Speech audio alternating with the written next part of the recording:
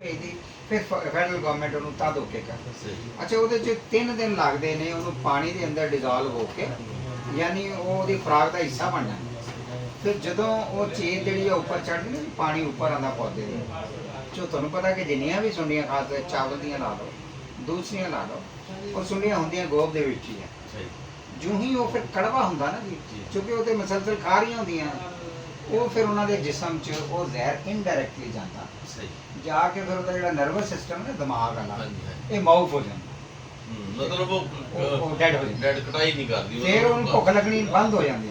ਜਦੋਂ ਭੁੱਖ ਲੱਗਣੀ ਬੰਦ ਹੁੰਦੀ ਤੇ ਉਹ ਆਟੋਮੈਟਿਕ ਸਲੋ ਕਾਰਬੋ ਦੀ ਸਿਰਫ ਇਸ ਲਈ ਬੰਦ ਕੀਤੀ ਗਈ ਹੈ ਅਕਸਰ ਕਿ ਇਹਦੇ ਨਾਲ ਨੁਕਸਾਨਾਤ ਬਹੁਤ ਜ਼ਿਆਦਾ ਸੀ। ਕਾਰਬੋ ਨਾਲ ਕੈਂਸਰ ਕਾਜ਼ ਵੀ ਹੋ ਰਿਹਾ ਸੀ। ਕਾਰਬੋ ਦੀ 60 ਦਿਨ ਦਾ ਦੇਖੋ ਇਹਦਾ ਟਾਈਮ, ਠੀਕ ਹੈ ਨਾ।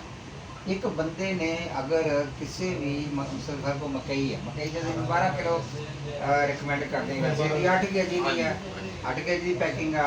ਗੰਨੇ ਦੀ ਅਸੀਂ ਇਹਨੂੰ 14 ਕਿਲੋ ਰਿਕਮੈਂਡ ਕਰਦੇ ਆ, ਯਾਨੀ ਰਾਉਂਡ ਅਬਾਊਟ 2 ਥੈਲੀ। ਹੁਣ ਗੰਨੇ ਦੀ ਫਸਲ ਤਾਂ ਚਲੋ ਸਾਲ ਦੀ ਆ, ਉਹਦੇ ਤੇ 60 ਦਿਨ 2 ਮਹੀਨੇ ਗੁਜ਼ਰ ਜਾਣਗੇ। ਮਕਈ ਤੇ ਅਗਰ ਬੰਦੇ ਨੇ ਫਰਜ਼ ਕਰੋ ਮਹੀਨਾ ਪਹਿਲੇ ਪਾਤੀ ਆ ਜਾਂ 1.5 ਮਹੀਨਾ ਪਹਿਲੇ ਪਾਤੀ, ਉਹ ਤੇ ਫਿਰ ਵੀ 15 ਦਿਨ ਐਡਵਾਂਸ ਉਹਨੇ ਕੱਟ ਕਰ ਲਈ, ਉਹਦੀ ਛੱਲੀ ਲਾ ਲਈ। ਇਹਦਾ ਮਤਲਬ ਉਹਦੇ ਵਿੱਚ ਸਾਰੀਆਂ ਚੀਜ਼ਾਂ ਮੌਜੂਦ ਨੇ। ਇਹਦਾ ਲੰਬਾ ਬਹੁਤ ਸੀ ਅਰਸਾ।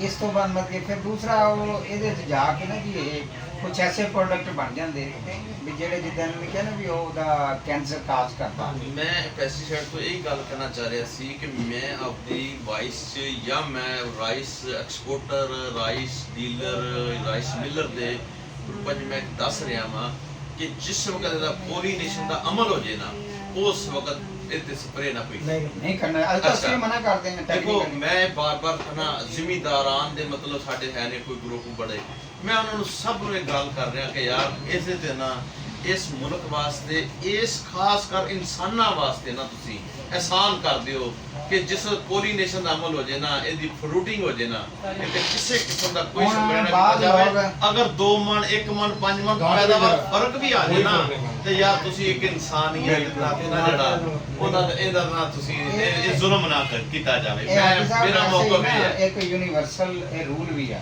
ਜੀ, ਅਸੀਂ ਵੀ ਉਦੋਂ ਨਹੀਂ ਰਿਕਮੈਂਡ ਕਰਦੇ। ਕੁਝ ਲੋਕ ਸਾਡੇ ਕੋਲ ਲੈ ਕੇ ਆਉਂਦੇ ਮਸਲਾ ਕਿ ਜਨਾਬ ਇਹ ਸਿੱਟੇ ਸਾਡੇ ਜਿਹੜੇ ਨਾ ਖਾਲੀ ਰਹਿ ਗਏ, ਅਸੀਂ ਉਹਨੂੰ ਆਪਣੀ ਜ਼ੁਬਾਨ 'ਚ ਡੈਡ ਹਾਰਟ ਕਹਿੰਦੇ।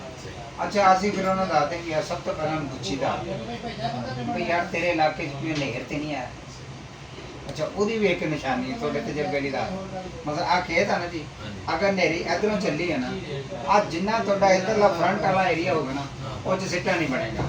ਪਤਾ ਕਿਉਂ? ਉਹ ਜਦੋਂ ਪੋਲੀਨੇਸ਼ਨ ਹੋ ਰਹੀ ਹੁੰਦੀ ਨਾ, ਉਹ ਫਿਰ ਜਨਾਬ ਇੱਕ ਦੂਜੇ ਨਾਲ, ਕਿਉਂਕਿ ਇਹ ਰੋਕ ਰਹੀ ਹੁੰਦੀ ਹੈ ਹਵਾ ਨੂੰ, ਉਸ ਤੋਂ ਪਰੇ ਜਿਹੜੀ ਨਾ ਪੋਲੀਨੇਸ਼ਨ ਦਾ ਅਮਲ ਹੋ ਚੁੱਕਿਆ, ਉੱਥੇ ਬਿਹਤਰ ਹੋ ਜਾਂਦਾ।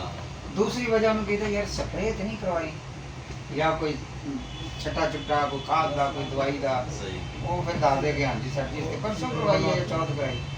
ਉਹ ਫਿਰ ਜਿੱਥੇ ਜਦੋਂ ਪੋਲੀਨੇਸ਼ਨ ਇੱਕ ਅਮਲ ਨੇਚਰਲ ਅਮਲ ਆ ਨਾ, ਜਦੋਂ ਹੋ ਰਿਹਾ ਬੰਦੇ ਨੇ ਵਿੱਚੋਂ ਦੀ ਗੁਜ਼ਰਨਾ, ਤੇ ਉਹ ਉਹਨੂੰ ਡਿਸਟਰਬ ਕਰ ਰਿਹਾ। ਜਿੱਥੋਂ ਜਿੱਥੋਂ ਪੋਲੀਨੇਸ਼ਨ ਪੂਰੀ ਨਹੀਂ ਹੋ ਰਹੀ, ਉੱਥੇ ਉੱਥੇ ਥੋੜਾ ਸਿੱਟਾ ਜਿਹੜਾ। ਦੂਸਰਾ ਮੇਰੇ ਇਲਮ ਦੇ ਮੁਤਾਬਕ ਪੌਦੇ ਨੇ ਫੈਸਲਾ ਕਰ ਲਿਆ ਜਿਸ ਵਕਤ ਉਹਨੂੰ 1 ਮਹੀਨਾ 40 ਦਿਨ ਦੀ ਉਹਦੀ ਹੋ ਗਈ ਨਾ ਜ਼ਿੰਦਗੀ, ਜੀ ਜੀ ਜੀ, ਉਸ ਤੋਂ ਬਾਅਦ ਉਹਨੇ ਫੈਸਲਾ ਕਰ ਲਿਆ ਮੈਂ ਤੈਨੂੰ ਪੈਦਾਵਾਰ ਕੀ ਦੇਣੀ, ਠੀਕ ਹੈ।